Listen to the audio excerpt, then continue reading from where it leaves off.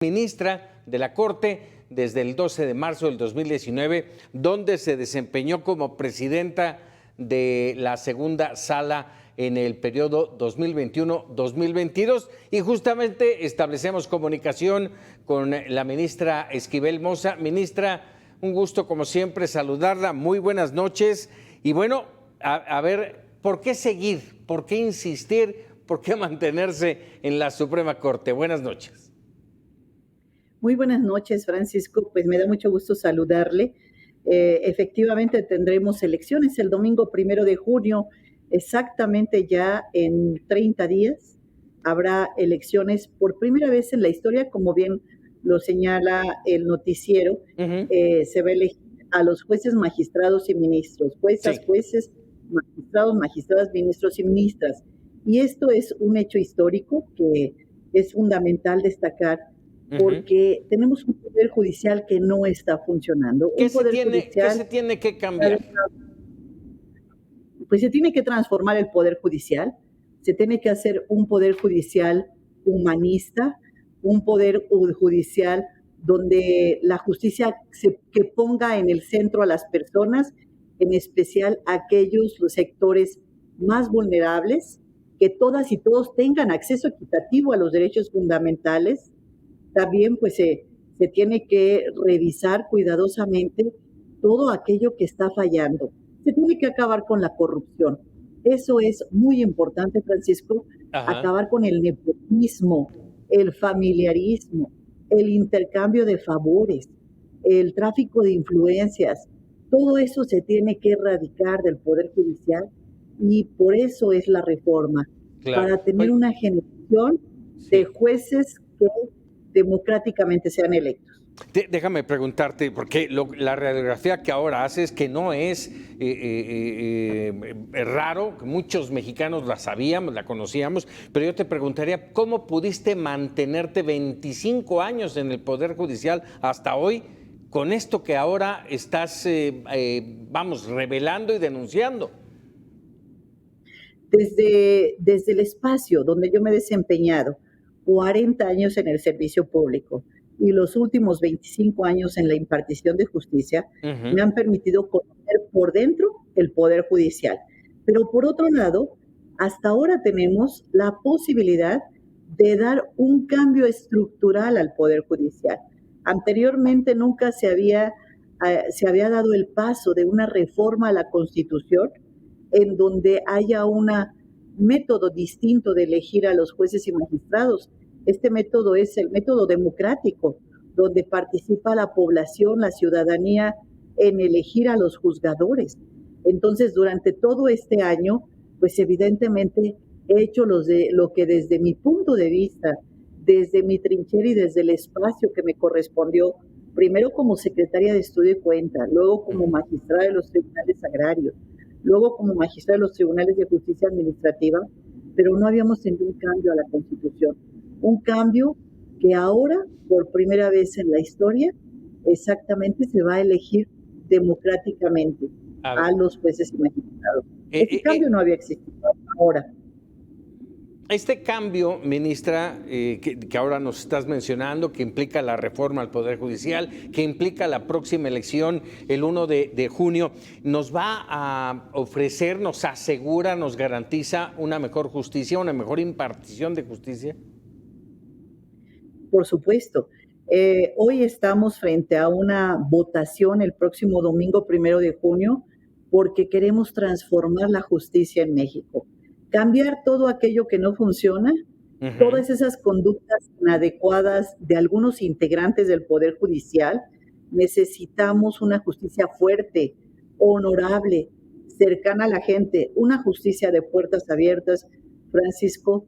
Y esta transformación de la justicia en México implica eso, la democratización del Poder Judicial, austeridad, transparencia, una justicia pronta. Ahora la Constitución ya establece un plazo máximo para resolver un asunto, antes eso no estaba. También hay un tema importante que es la paridad de género. Las mujeres pues debemos tener una mayor representación en el Poder Judicial, apenas llegamos al 22% en juezas y magistradas en los cargos en los cargos de juzgadores. Entonces, México merece una justicia humanista, porque cuando la justicia se deshumaniza, se convierte en un simple trámite. No podemos permitir que el derecho sea letra muerta, ni que se deshumanicen a las víctimas, reduciéndolas a un número o en un expediente. Por eso mi compromiso es claro, una justicia humanista que solo se dicte, que no solo se dicte, sino también se sienta, que se escuche antes de sentenciar y que entienda que detrás de cada caso hay una vida, una historia de dolor, una persona exigiendo justicia. De eso se trata esta elección y esto es lo que se pretende, una justicia que no sea un privilegio de unos cuantos, sino un derecho de todas y todos por igual, una justicia sin discriminación. Justamente por ello, ministra, como ministra de la Suprema Corte, me gustaría conocer tu punto de vista sobre las, déjame decirlo así, la denuncia que presentó en su momento el presidente del Senado, Gerardo Fernández Noroña, hablando de vinculaciones. Ok, no quiero cambiar su declaración, hablaba de defensores de delincuentes y de narcotraficantes en las listas. ¿Cuál es tu punto de vista al respecto? Tenemos más de 4,000, cerca de 4,500 candidatos, perdón, 3,400 candidatos que se encuentran en campaña para jueces, magistrados y ministros. De estos 3,400 candidatos, todos han pasado por un proceso exhaustivo para llegar a la boleta.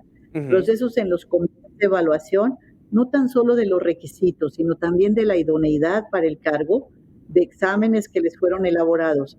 Si hubo alguno que tiene conductas inadecuadas en su comportamiento o que son personas que han defendido al crimen organizado, pues se tiene primeramente que denunciar. Y no basta nada más la denuncia pública, sino también la denuncia con pruebas. ¿Para qué? Para que esas personas, pues definitivamente el mayor castigo que van a recibir, primero es que no vote la ciudadanía por ellos y segundo, que no puedan accesar a ser juzgadores. Y eso es lo que en este momento se debe hacer. Qué bueno que hay esta denuncia pública, qué bueno que se hace público, que esas personas están en las boletas y que no deben estar porque no reúnen el requisito mínimo, que es tener un modo honesto de vivir. Fíjate, mencionabas tú de una investigación exhaustiva, pero finalmente hay, como decía Fernández Noroña, entre 10 y 20. Con que hubiera uno ya hay un tema de confianza por parte del electorado, que si bien ojalá que haya votación importante, pero hay dudas al respecto. Sí, lo que no podemos hacer es descalificar un proceso electoral a priori, un proceso electoral que apenas está en marcha, apenas está el Instituto Nacional Electoral en la organización del proceso. No hemos ni siquiera acudido a las urnas y votar y ver quiénes son las personas que han sido electas y elegidas por la población. Entonces, no debemos desincentivar la participación ciudadana en una cita histórica muy importante en las urnas, que es para elegir a los juzgadores de nuestro país, a los que deciden el derecho, a los que interpretan las leyes interpretan y aplican el derecho. Por último, se nos va el tiempo, ministra. Yo te quisiera preguntar, son dos preguntas muy breves, pero muy puntuales. Evidentemente, irías por la presidencia de la Corte y te preguntaría, es parte de, ¿este escándalo de la tesis es cosa juzgada? Sí, mira, Francisco, más allá que de los puestos, el puesto de presidenta, lo más importante es el proyecto de transformación de la justicia. Y ese proyecto es el que la nueva Corte debe encabezar, el que la nueva Corte debe llevar a cabo un proceso de cambio, de transformación, de mejorar el sistema de justicia que tenemos el día de hoy, de erradicar todas aquellas malas prácticas que ya hemos comentado en este importante programa. Y por último, el tema de la tesis es un caso cerrado. Ya he comentado y he platicado que fue un tema eminentemente político para descarrilarme por la presidencia de la Corte 8 días antes de las elecciones.